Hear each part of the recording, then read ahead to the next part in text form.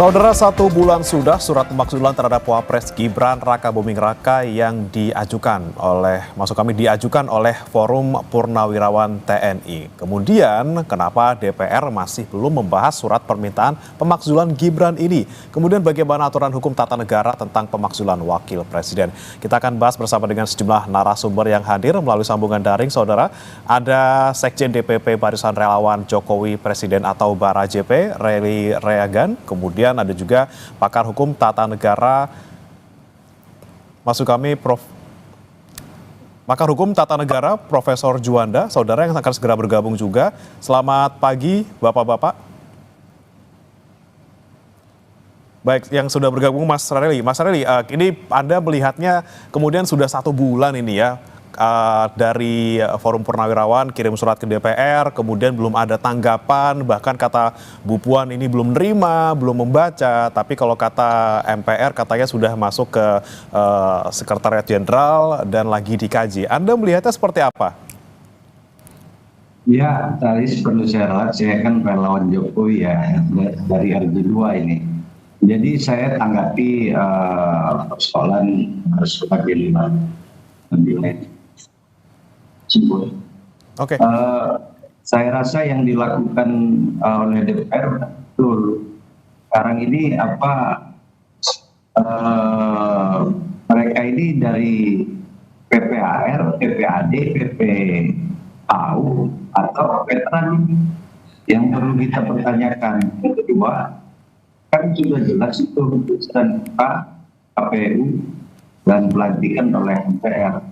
Urgensinya apa terkait surat tersebut? Bagi saya itu nggak ada, nggak penting, udah betul yang dilakukan oleh DPR itu. Pasangan Prabowo Gibran itu sudah sah, ditetapkan oleh MPR, DPR, KPU, dan bahkan melalui keputusan MK terkait gugatan mereka ini juga. Ini kan mereka ini mewakili kelompok mana? Kelompok masyarakat 58% yang memilih Prabowo Gibran, kelompok masyarakat 24% atau 16%. Itu kan bisa kita lihat sama-sama. Ini kan rata-rata yang mengajukan ini semua kan dari kelompok 24 dan 16% itu. Yang nggak semua, tapi itu sebagian kecilnya. Artinya ini nggak ada urgensinya, sudah selesai Pilpres 2024 itu. Kalau memang tidak puas lagi, ikut bertarung 2029. Itu saya rasa yang dilakukan DPR itu sudah betul, sudah sesuai, itu sudah jelas. Itu ya. Oke, dari DPR memang bukan menolak ataupun bukan bilang bahwa tidak akan membahas, tapi masih belum dibaca gitu, Mas Rely. Kemudian ada juga dibilang oleh Bu Puan bahwa oke, kita akan nanti lakukan mekanismenya seperti itu. Nah, ketika kemudian nanti memang sudah masuk dalam pembacaan di paripurna, kemudian juga sudah dibahas juga oleh 2/3 minimal dari anggota DPR, gimana kemudian Mas Rely melihatnya ketika proses tersebut tetap berjalan ataupun sudah dibahas ataupun dibaca di DPR? Ya, saya nggak mau berandai-andai ya apa yang dilakukan oleh DPR pada hari ini ya kan. Surat yang masuk ke DPR itu mereka juga dari Forum Purnawirawan yang mendukung Prabowo Gibran juga ada itu.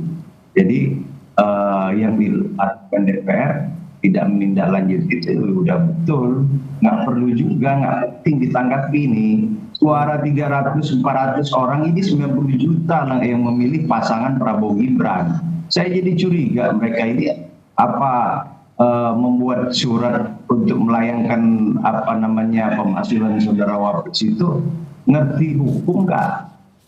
Ini kan sudah jelas kan dasar hukumnya harus jelas. Melakukan pemakzulan saudara Gibran itu apa dasar hukum mereka? Kan tidak ada yang dilakukan Wapres itu di luar kebijakan institusi. Presiden melaksanakan pasangan Prabowo Gibran ini sah secara konstitusi, sah Ini pasangan satu paket, Pak Prabowo sama Gibran. Saya rasa apa ini ya, apa yang mereka lakukan ini sudah di luar konstitusi ya. Kita udah lihat itu satu-satu ini dari kelompok masyarakat pendukung capres dari pasangan tertentu. Dan ini apa namanya, saya rasa DPR tidak perlu menanggapi lah, banyak kerjaan yang harus diselesaikan lain. Oke.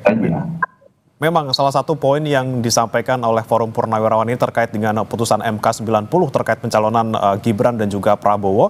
Kemudian ini memang kan sudah, kita sama-sama tahu sudah legal dan final dan mengikat seperti itu, Mas Relly. Tapi kemudian ketika kemudian sudah ada legitimasi hukum dari majunya ataupun masuknya Gibran menjadi wapres kita, kemudian masih ada legitimasi lain yang dipertanyakan ini soal terkait dengan moral dan juga etika, Mas Relly. Apakah masih relevan menurut Anda?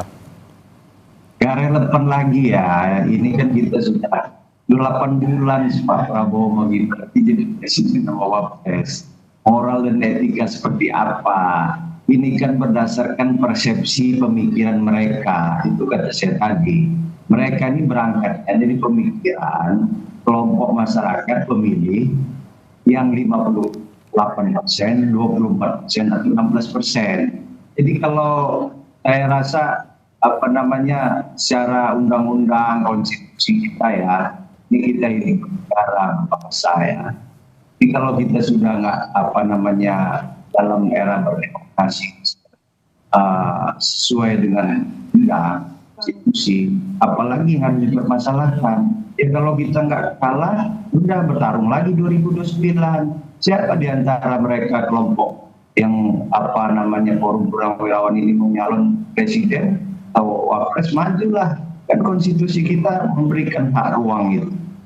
Jadi dan mau sampai kapan? Besok ada kelompok lagi, saya umpamanya dengan kelompok saya melakukan hal yang sama, gak ada itu habisnya. Sama aja seperti kepala daerah, bupati, gubernur, ada yang mau menggugat gubernurnya terpilih, selisihnya 100-200 suara, sudah ditetapkan, diputuskan, ya sudah, itu aturan undang-undang.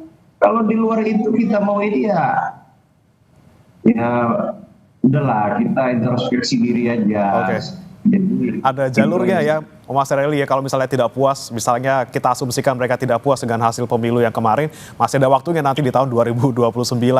Oke, kemudian saya sudah mendapat informasi di Prof. Juanda, pakar hukum tata negara, sudah bergabung bersama kami. Selamat pagi, Prof. Juanda. Selamat pagi. Ya, Prof. Juanda. Assalamualaikum. Waalaikumsalam, Prof. Juanda. Di sini ada juga Mas Relly Reagen dari Sekjen BARAJP. Prof. Juanda, saya mau ke Anda nih terkait dengan dari DPR ini belum ada respon nih, walaupun sudah 1 bulan. Kemudian dari Forum Purnawirawan TNI mengirimkan surat terkait dengan pemakzulan Gibran Raka Buming Raka. Anda melihat di sini memang dari DPR-nya sendiri memang sedang sibuk, atau ada alasan lain, atau bukan malah menurut mereka bukan prioritas dalam hal ini? Ya saya kira dua-duanya bisa diterima. Sibuk, memang DPR sibuk, mungkin reses atau segala macam, saya kira tidak tahu. Ya argumentasi seperti itu bisa diterima kalau memang benar-benar sibuk. Tetapi kalau memang agenda lain, prioritas lain, saya kira juga bisa diterima. Tapi apapun, ya apakah sibuk ataupun agenda lain atau ada prioritas lain, menurut saya berulang-ulang sekali saya sampaikan di media massa, ini perlu dan harus direspon oleh DPR dalam rangka untuk menyelidiki apakah benar atau tidak benar dari usulan ini. Saya kira ini merupakan kewajiban dari DPR sebagai lembaga perwakilan rakyat. Ini yang saya selalu dorong supaya kenapa kelihatan prinsip negara demokrasi, prinsip negara hukum yang berkonstitusional misalnya, ini kelihatan ketika DPR merespon dengan cepat ya setiap gagasan, setiap usulan yang datang dari masyarakat. Apakah itu adalah masyarakat kecil, apakah masyarakat elit dan seterusnya, termasuk adalah para purnawirawan TNI. Nah, oleh karena itu ini kan hal yang sangat penting bagi negara kita. Sebab kalau tidak seperti ini nanti dianggap juga DPR tidak responsif, tidak memperhatikan suara-suara rakyat. Tetapi ketika ini sudah direspon, makanya saya selalu mengatakan respon dan panggil para purnawirawannya, kemudian ditanya ya sejauh mana argumentasi hukum yang bisa dibuktikan atau setidaknya disampaikan oleh para purnawirawan ini ketika ini sudah diproses, apakah melalui fraksi-fraksi, apakah melalui komisi, apakah melalui pansus, kalau memang ini bila perlu penting misalnya demi untuk menyelidiki kebenaran dari apa yang disampaikan oleh purnawirawan ini, maka setelah itu direspon melalui diskusi, melalui pemanggilan para purnawirawan, maka disitulah kelihatan nanti bisa dipertanggungjawabkan secara politik maupun secara hukum kepada rakyat Indonesia bahwa DPR sudah merespon. Nah, ketika ini direspon ternyata tidak terbukti, maka si para pengusul itu juga bisa mungkin menyadari, mengevaluasi apa yang kekurangannya, apa yang lemahnya. Tetapi ketika ini direspon ternyata terbukti, maka ini masih panjang ya proses mekanisme untuk melakukan pemakzulan itu. Nah, bisa politik, kemudian masuk ke dalam ranah hukum di Mahkamah Konstitusi, terus masuk ke DPR lagi, masuk ke MPR lagi. Ini masih panjang. Paling tidak kita mendorong supaya ini direspon. Oke, paling tidak respon terlebih dahulu ya, Prof. Juanda. Tapi kalau kita tadi dari Prof. Juanda bilang prosesnya sangat panjang. Ini bahkan untuk direspon saja mungkin banyak juga rintangannya seperti itu. Dari mulai mungkin dari anggota DPR-nya dengan fraksi yang mungkin dominasinya adalah dari partai-partai Kim Plus gitu ya. Ini bagaimana kemungkinan Anda melihat ke depannya? Apakah memang peluang dari usulan Purnawirawan TNI ini cukup besar ataupun justru malah terlalu banyak rintangan dan juga halangan ini sampai nanti akhirnya diputuskan oleh MPR seperti itu? Jadi pertama saya ingin sampaikan bahwa dalam koridor hukum di pasal 7A dan 7B, 7A itu kriteria ya untuk memakzulkan seorang presiden atau wakil presiden. Ya, ada 6 syarat di situ. Saya kira sudah beberapa kali kita sampaikan ya bahwa satu adalah memang adalah pelanggaran hukum ya. Terus di dalam pelanggaran hukum itu kriterianya pengkhianatan terhadap negara, korupsi, ya, suap, kemudian tindak pidana berat lainnya, perbuatan tercela, dan tidak memenuhi syarat lagi menjadi presiden atau wakil presiden. Nah, ketika 6 ini memenuhi syarat, nah inilah yang kita inginkan supaya DPR merespon, melihat apakah ada 6 ini, dari 6 ini bisa dijadikan sebagai alasan misalnya. Nah, kemudian baru masuk ke dalam persoalan politik. Katakanlah ini 6 ini memenuhi syarat, tetapi memang di dalam konteks praktek politik di Indonesia itu tergantung para elit politik di DPR. Apakah memang mau, misalnya kalau memang beralasan, ya tergantung pada para elit politik. Tetapi kalaupun tidak terbukti atau tidak dilengkapi dengan data-data akurat dari 6 persyaratan tadi, ya kita menghadapi tembok besar politik yang kita tahu ya bahwa ada 8 fraksi di situ. Dan saya lihat secara kasat mata hanya 1 fraksi yang tentu bukan adalah fraksinya partai pemerintah. Nah, kalau ini dikalkulasi secara politik ya, ini tergantung pada kesepakatan dan pikiran-pikiran sikap politik dari 7 fraksi yang ada. Ketika 7 fraksi yang ada misalnya menginginkan, itu sangat mudah sekali. Tetapi ketika 7 fraksi ini ya tentu adalah berdasarkan fakta-fakta hukum tadi tidak memenuhi syarat dan mereka secara politik tidak menginginkan ini bergulir ke lebih lanjut, saya kira ini sangat sulit untuk diproses lebih lanjut. Oke, agak sulit terkait dengan hal ini. Kemudian saya mau ke Mas Relly lagi. Mas Relly, ini kan juga ada narasi bahwa kemudian dorongan pemakzulan Gibran ini muncul karena ada dorongan dari pihak-pihak tertentu yang tentunya tadi Anda sebutkan bahwa bisa untuk memecah belah, kemudian juga bisa kontraproduksi terhadap apa yang dilakukan pemerintah sekarang. Anda melihatnya seberapa besar upaya itu yang sekarang terjadi sampai akhirnya saat ini dari pihak Purnawirawan TNI kemudian kembali memberikan pernyataan ketika mereka tidak direspon suratnya? Ya, saya rasa biasa aja ya. Apa namanya, suara pedagang, petani, suara apa namanya, itu sama aja. Dia memilih saudara Prabowo Gibran. Gak repot kami menghadirkan satu orang Ismail. Ya, saya ingatkan, jangan ngarang-ngarang lah. Nanti akan lebih besar dampaknya. Apa yang dilakukan DPR itu dan partai koalisi kabinet ini solid kok. Jadi kalau ada apa upaya-upaya itu ya yang jadi masalah lah. Ya, saya nggak mau berandai-andai. Lihat aja nanti.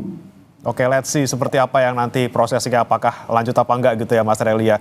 Kemudian saya kembali ke Prof. Juanda. Prof. Juanda, kita lihat juga bahwa kondisi di DPR sekarang mereka bilang katanya lagi sibuk, banyak yang harus diurusi, kemudian ngurusin soal revisi undang-undang juga banyak yang kemudian masih ngantri gitu ya. Kemudian kalau kita lihat mekanisme di DPR sendiri, Prof. Juanda, ketika ada usulan dari masyarakat ataupun pihak-pihak tertentu, apakah semuanya benar-benar harus dibaca tanpa terkecuali, ataukah mereka juga punya skala prioritas yang kira-kira yang mana dulu yang akan dibahas gitu ya? Tapi kita akan bahas Bapak-Bapak dalam dialog Sapa Indonesia Pagi usai jeda. Tetap bersama kami.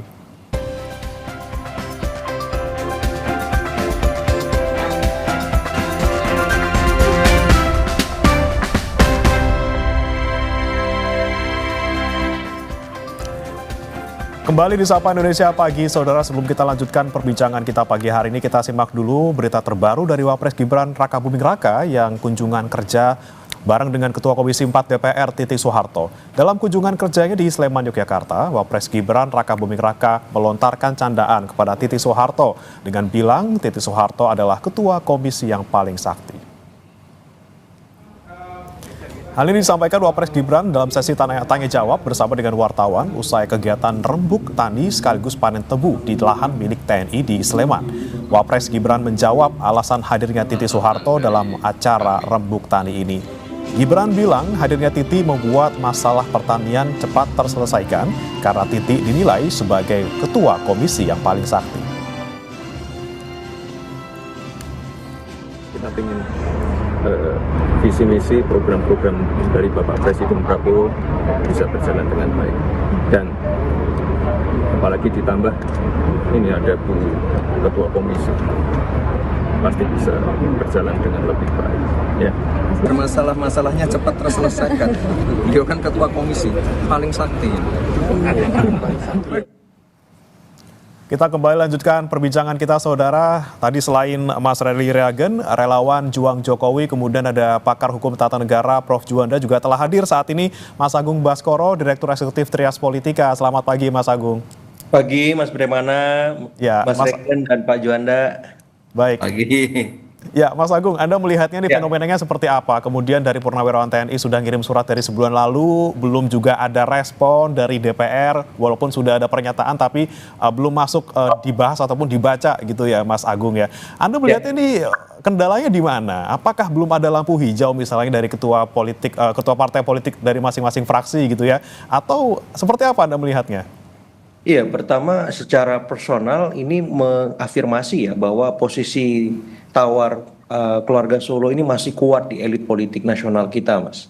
Sehingga political will dari para petinggi-petinggi partai ini menjadi minimalis, karena sampai hari ini ya surat dari para purnawirawan itu tidak ditindaklanjuti lebih maksimal ya. Jadi sebatas masuk saja, dibacakan pun saya lihat tidak semacam itu.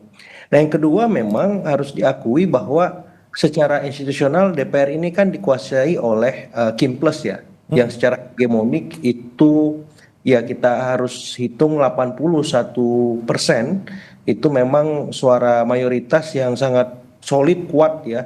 Jadi dalam artian koalisi ini memang masih dalam tanda petik kokoh gitu. Dan kita tidak tahu karena saya melihat koalisi ini kan dinamis kalau dalam konteks politik nasional kita ya. Diuji saat jelang pemilihan biasanya baru terlihat riak-riaknya ya, pasang surutnya. Tapi kalau sekarang ya masih solid wajar karena pemerintahan baru bergulir ya tidak kurang 8 bulan. Jadi semuanya masih terkonsolidasi, terkondisikan sehingga ya surat pemakzulan dari Purnawirawan ini untuk sementara layu sebelum berkembang, Mas Premana. Ya, tapi bisa jadi saya sampaikan juga ini bisa alon-alon waton kelakon.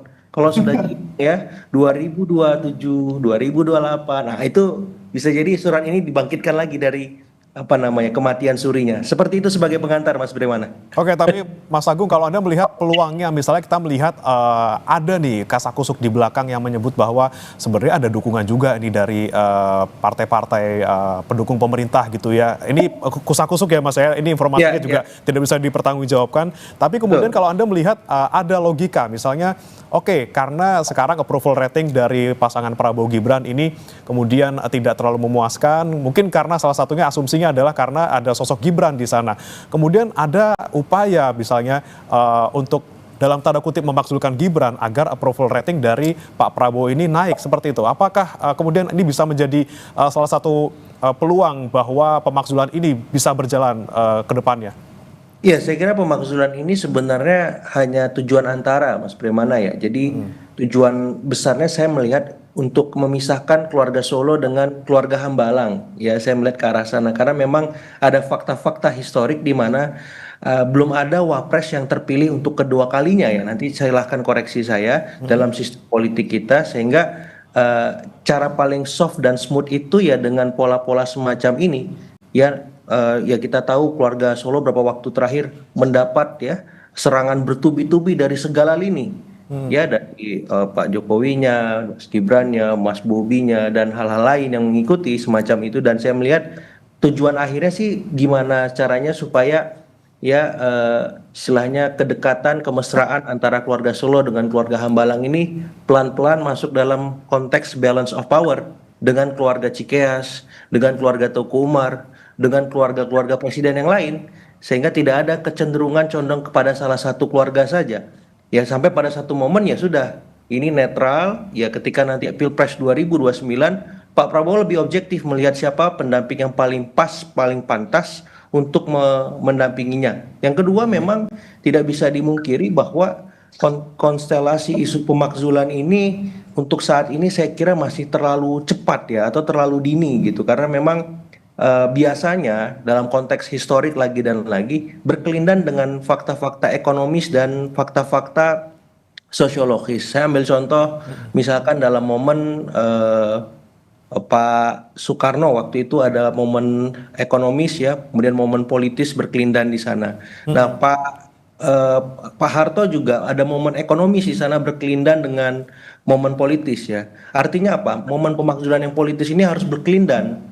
Ya apakah dengan momen ekonomis atau momen sosiologis atau politis semacam itu. Jadi kalau hanya momen politis saja yang di-push, ya saya kira pemakzulannya akan sangat sulit terjadi gitu. Karena kita tahu tadi ya secara politis, secara kuantitatif itu masih kokoh, secara kualitatif juga mengikuti ya tidak ada ekstremitas situasi politik, sosial, ekonomi dan hal lain yang muncul hari ini dan saya kira ya ini perlu ikhtiar lebih dari teman-teman Purnawirawan ya dalam artian yang lebih konstruktif misalkan kritik terbesarnya kan soal kinerja ya sudah fokus di sana memonitoring mengevaluasi misalkan hari ini Mas Gibran ditugaskan di Papua ya nah gimana caranya Forum Purnawirawan ini secara substantif mengawal itu ya supaya apa orientasinya tidak pemakzulan karena kan pemakzulan ini sebenarnya 1 poin dari 8 poin yang diajukan kan semacam itu. Jadi kalau misalkan hanya fokus ke poin itu saya kira juga kurang pas dalam konteks sekarang semacam itu. Apalagi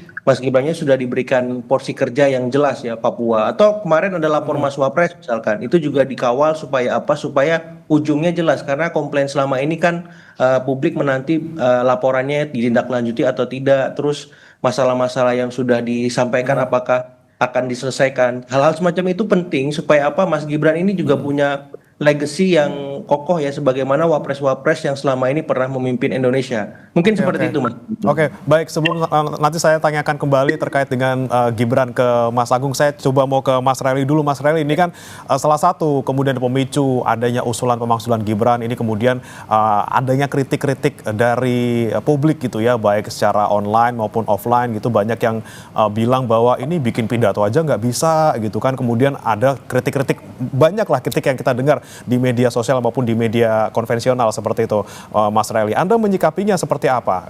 Kemudian agar jangan sampai kemudian kritik-kritik ini menjadi satu penghalang bagi Mas Gibran untuk tetap maju sebagai wapres melanjutkan selama 5 tahun ke depan. Saya rasa kalau kritik dari masyarakat itu sah-sah saja ya. Nah, ini di era demokrasi kita, apalagi dengan jumlah masyarakat dari muda Genji sendiri. Apa yang dilakukan kritik saran itu saya rasa bagus saja. Artinya kalau kita bicara masalah kritik kan di debat capres cawapres pasangan Prabowo Gibran dengan 3 paslon itu kan sudah terjawab ya. Debat itu kan langsung dilakukan ya di semua media, dan saudara wapres Pak Gibran tahu diri ya sebagai wapres, dia memposisikan diri sebagai wapres bagaimana wapres sebelumnya ada Ma'ruf Amin ya, ada wapres yang di mana opsinya sudah jelas bahwa wapres itu sifatnya membantu presiden ya, sebagai orang tua ya. Nah, hal apa yang disampaikan tadi saya rasa kalau ada kritik saran ya bagus, karena saran itu kritik ya buat saudara Gibran. Oke, kritik adalah hal yang bagus, kemudian bisa membangun dan juga mendukung Gibran dalam menjalankan tugasnya. Kemudian saya ke Prof. Juanda lagi. Prof. Juanda, kalau Anda melihat dari beberapa poin yang disampaikan oleh Purnawirawan TNI, ada terkait soal putusan MK 90, kemudian terkait dengan perbuatan tercela yang dibilang ini fufu-fafa seperti itu. Kemudian ada juga terkait dengan kapasitas dan juga kemampuan, tadi baru saja kita bahas, dan juga terkait dengan ada dugaan korupsi gitu ya. Anda melihat ketika ada usulan tersebut, mana yang bisa menjadi pintu masuk dari Purnawirawan TNI untuk bisa nanti tembus ke MK sampai akhirnya nanti di MPR diputuskan? Ya, saya kira semua bisa jadi pintu masuk dari 6 persyaratan, sepanjang memang bisa dibuktikan atau meyakinkan. Ya, sekarang ini Purnawirawan TNI ini di samping bisa membuktikan harus meyakinkan DPR ya. Nah, kenapa saya katakan itu? Ya tentu yakinkanlah DPR kalau memang mau diproses, tapi paling tidak memang ya sebelum diyakinkan tentu DPR yang saya sampaikan tadi panggil mereka. Nah, terus kalau kita lihat dari sisi pintu masuk tadi, makanya saya katakan pintu masuk manapun, misalnya tidak memenuhi syarat lagi, apakah Gibran sakit misalnya, atau apa misalnya, itu bisa sakit permanen, tapi ternyata tidak misalnya, atau misalnya pupu papa itu sendiri sebenarnya bisa juga sebagai pintu masuk, tapi buktikan. Kalau saya bicara soal pupu papa sebagai orang hukum, saya concern dengan hukumnya. Ketika pupu papa ini ya bergulir, maka menurut saya perlu dibuktikan dulu melalui sebuah proses pengadilan. Pengadilan artinya ketika ini sudah bisa dibuktikan benar pupu papa ini adalah dilakukan dan isinya adalah Mas Gibran, dan dengan sebuah putusan hukum yang tetap baru bisa masuk gitu loh. Nah, tapi kalau hanya pupu papa tapi tanpa didasarkan pada aspek-aspek hukum yang kuat, menurut saya tetap concern itu tidak bisa, karena nanti menjadi negara kita negara ngawur kalau kita ya hanya berdasarkan pandangan, pendapat dan non hukum, tetapi harus semuanya berdasarkan hukum. Ya, Kenapa berdasarkan hukum? Karena saya potong dulu, Prof. pengadilan lah Kita Bagaimana? fokus tadi ke soal FUFA, misalnya sudah ada sidang, kemudian dibuktikan ternyata memang 100% itu dilakukan oleh Gibran Rakabuming Raka di masa lalu. Apakah kemudian kalau menurut pasal 7A, 7B Undang-Undang 1945, apakah perbuatan tercela dalam tanda kutip yang dilakukan oleh Gibran di masa lalu sebelum dia menjadi Wapres ini bisa menjadi alat untuk dalam tanda kutip ini memakzulkan Gibran? Ya bisa kalau itu urusan pidana ya. Kalau urusan pidana saya kira tidak ada namanya pidana itu misalnya karena masa lalu. Nah kebetulan misalnya seseorang itu menjabat menjadi wapres, tetapi waktu itu misalnya dia tidak menjadi wapres, tetapi dalam posisi orang biasa atau pejabat yang lain pada posisi jabatan yang lain, tetapi diproses secara hukum ternyata terbukti, maka persoalan hukumnya kan yang terbukti sekarang bahwa yang bersangkutan adalah pernah dinyatakan melakukan tindak pidana berdasarkan putusan pengadilan yang berkekuatan hukum tetap misalnya. Dan ini masih bisa, tetapi dalam konteks ya hukum administrasi itu tidak bisa. Seperti misalnya putusan MK. Putusan MK itu sudah selesai. Secara formil ya sudah selesai. Menurut saya dalam konteks hukum tata negara, ketika itu sudah diputuskan oleh pengadilan dan itu sudah dilantik, beliau itu sudah jadi presiden dan wapres, maka saya kira ini tidak bisa dijadikan alasan argumentasi ya. Putusan MK pun soal pelanggaran etik oleh Anwar Usman juga tidak bisa sebenarnya untuk jadi senjata ya, Prof. Yang dijadikan itu kan untuk Pak Usman ya, bukan untuk Pak Gibrannya, walaupun ada kaitan dengan Gibran misalnya. Nah kita harus melihat ini secara proporsional dengan kacamata yang jernih, dengan satu pikiran-pikiran hukum yang objektif. Nah apakah mungkin misalnya katakanlah sekarang pertanggungjawaban yang dilakukan oleh Usman itu dipertanggungjawabkan kepada Gibran misalnya, atau dipertanggungjawabkan kepada Mas Baskoro misalnya, kan tidak logik secara hukum. Nah, tetapi kalau misalnya ada kaitan di situ benar menyatakan bahwa yang melanggar itu adalah katakanlah Mas Gibran itu dinyatakan diskualifikasi, maka tentu itu kan tidak mungkin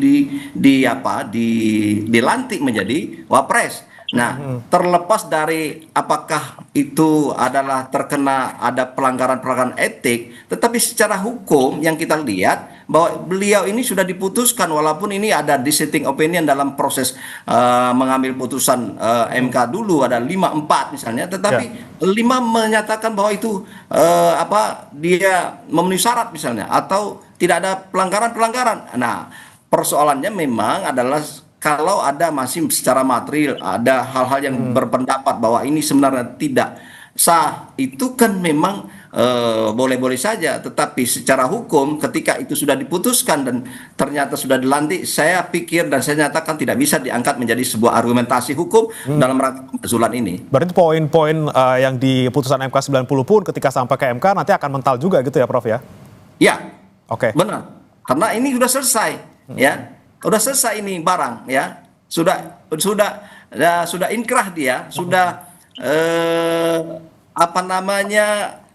akibat hukumnya sudah selesai. Selesainya apa? Karena sudah dinyatakan bahwa Pak Prabowo dan Gibran adalah presiden yang sah, dan akibat dari itu maka dia dilantik. Nah, ketika itu sudah dilantik terus sekarang mau digugat lagi, saya kira tidak lagi tepat secara hukum ya, yang saya pahami begitu. Tetapi kalau soal pidananya itu masih memungkinkan sepanjang memang sudah dilakukan melalui proses hukum yang benar dan sudah mempunyai kekuatan hukum yang tetap. Saya kira makanya saya sampaikan tadi semua itu masih berpeluang asal ada ya bukti-bukti hukum dengan putusan pengadilan.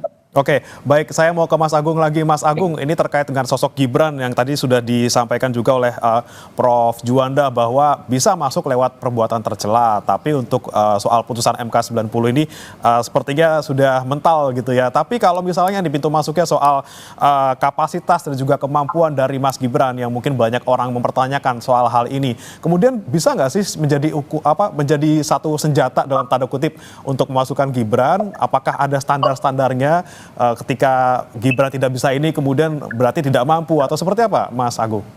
Iya, saya melihat memang lebih memungkinkan celah yuridisnya, Mas ya, sebagaimana pernah terjadi di masa almarhum Pak Gus Dur ya. Jadi celah yuridis di mana waktu itu kalau saya nggak salah Pak Gus Dur itu ada problem di Bulog Gate yang walaupun tidak terbukti akhirnya. Jadi celah yuridis Mas Gibran ini kan tadi ada banyak ya, soal dugaan fufu-fafa, soal dugaan korupsi dan seterusnya. Jadi saya melihat kalau memang elit kita serius menindaklanjuti itu ya sebenarnya bisa. Tapi kalau will-nya ya, political will-nya belum muncul, belum ada, dan memang keluarga Solo ini kuat, ya ini lagi dan lagi layu sebelum berkembang. Tapi begini, saya melihat memang tidak bisa dilepaskan juga ini kaitannya dengan 2029. Saya merasa bahwa isu ini memang masih terlalu dini mencuat, sehingga pun kalau memang akan istilahnya munculkan kembali, momen itu bisa jadi akan kita lihat jelang pemilihan semacam itu. Jadi mekanisme yang apapun ada hari ini mungkin tidak akan dioptimalkan oleh para elit kita karena memang tidak ada situasi ekstrim yang muncul, Mas Bremana. Jadi saya lihat memang ini perlu ada semacam dorongan kuat. Kalau misal itu tidak mengemuka dan hanya sebatas ya tindakan atau tekanan dari para purnawirawan murni, saya kira ini justru akan semakin kontraproduktif. Apalagi kemarin sempat ada arahan dari para purnawirawan untuk memaksa ini ya dengan arahan yang ya kurang populis lah seperti itu, dan harapannya ini bisa dipertimbangkan kembali karena justru akan menimbulkan antipati dan membuat publik memunculkan sentimen-sentimen negatif seperti itu. Nah, itu tadi poinnya Mas Agung, ketika tadi ada kalau misalnya tidak direspon oleh DPR maupun MPR, nanti para purnawirawan ini dalam tanda kutip ini ngancem nih Mas, bakal dudukin MPR gitu ya. Itu gimana Mas, gonjang-ganjing kita kalau misalnya ternyata emang bener-bener nanti purnawirawan ini dudukin DPR nih, nggak tahu nih bentuknya dudukin seperti apa, apakah berdemo atau seperti apa, bagaimana Mas Agung melihatnya? Ya, cara menduduki paling baik kan ngajak ngopi-ngopi ketua-ketua fraksi, ketua-ketua umum partai, ngomong dari hati ke hati kenapa sih masalah ini terus dibicarakan oleh mereka. Saya kira itu lebih baik, dan itu yang memang diakomodir oleh sistem politik dan hukum kita ya. Dan itu saya belum lihat dari para purnawirawan ini untuk ngobrol dari hati ke hati ke seluruh partai politik yang eksis di negeri ini, baik yang parlemen maupun non parlemen. Itu dulu dilakukan. Jangan mengancam, jangan mengintimidasi, jangan memaksa, karena itu membuat arahan dari para purnawirawan ini semakin kurang kurang pas di mata masyarakat kita. Karena ada beberapa survei yang saya lihat, walaupun sebagian besar masyarakat mengikuti isu pemakzulan ini, tapi masih banyak yang belum sepakat, Mas Bremana ya. Jadi maksud saya coba ini diarahkan secara perlahan-lahan saja. Kan tidak ada keharusan harus segera karena tidak ada situasi yang mendesak ke arah itu. Tapi kalau misalkan para petinggi elit parlemen ini hadir, besok pun bisa sebenarnya Mas dibacakan, kemudian masuk dibahas ya di DPR, kemudian nanti dipertimbangkan di MK sampai nanti sidang di MPR. Tapi kalau will-nya nggak ada, susah, sangat-sangat susah sekali, karena memang pendekatan yang saya lihat dari para purnawan ini sifatnya masih searah ya, bukan dua arah. Dalam artian ada 8 tuntutan, yang paling disorot ini pemakzulan saja, padahal ada banyak poin-poin krusial lain yang saya kira itu menarik dan bisa kita elaborasi. Misalkan ada arahan untuk mereshuffle menteri yang kurang maksimal kerjanya, walaupun di belakangnya yang terafiliasi dengan keluarga Solo khususnya semacam itu kan nggak perlu. Misalkan ya udah, kalau menteri nggak maksimal kerjanya ya purnawirawan ini mengendorse reshuffle biar bidang-bidang terkait maksimal seperti itu. Oke, mungkin ada reshuffle, ada yang lain, tapi yang paling utama tetap yang soal pemakzulan ya Mas ya. Dan mungkin kalau dari tadi pemaparan Anda sebenarnya dari purnawirawan TNI bisa ambil jalan samping gitu ya, tidak hanya lewat DPR kemudian tuntut untuk membahas, tapi juga bisa deketin dulu lah partai politiknya, karena kalau soal hukum sudah mentok misalnya, tapi ini kan masih ada celah politis di sebelah sana gitu ya Mas Agung ya. Betul. Agar forum ini strategis, forum purnawirawan ini tidak dipandang hanya politis saja ya, bahwa mereka memang benar-benar punya niat tulus untuk mengawal Republik, baik dalam sosok dalam konteks kinerja maupun atau begini Mas. Mas, Prof, sikat saja Prof. Atau begini ya, sebaliknya partai-partai itu memanggil bisa juga itu Pak. Bisa juga itu karena mereka lebih senior kan. Iya, panggil dong. Nah, siapa tahu nemu gitu ya. Nemu kepentingan yang sama, siapa tahu. Dari itu yang dituntut dari fraksi sebagai fungsi dari partai politik ya. Saya kira gitu, jalankan gitu. Atau sebagai di praksi-praksi di DPR. Oke, baik. Kita nantikan saja bagaimana kemudian sikap DPR, apakah nanti akan lanjut sampai ke MK ataupun nanti kembali lagi ke MPR atau mandek saja hanya di DPR bahkan tidak dibaca, tidak dibahas. Kita nantikan saja bagaimana nanti dinamikanya. Terima kasih Mas Agung Baskoro, Prof Juanda dan juga Mas Rally Reagan sudah bergabung bersama kami di Sapa Indonesia Pagi. Selamat pagi. Waalaikumsalam. Waalaikumsalam. Dan saudara jangan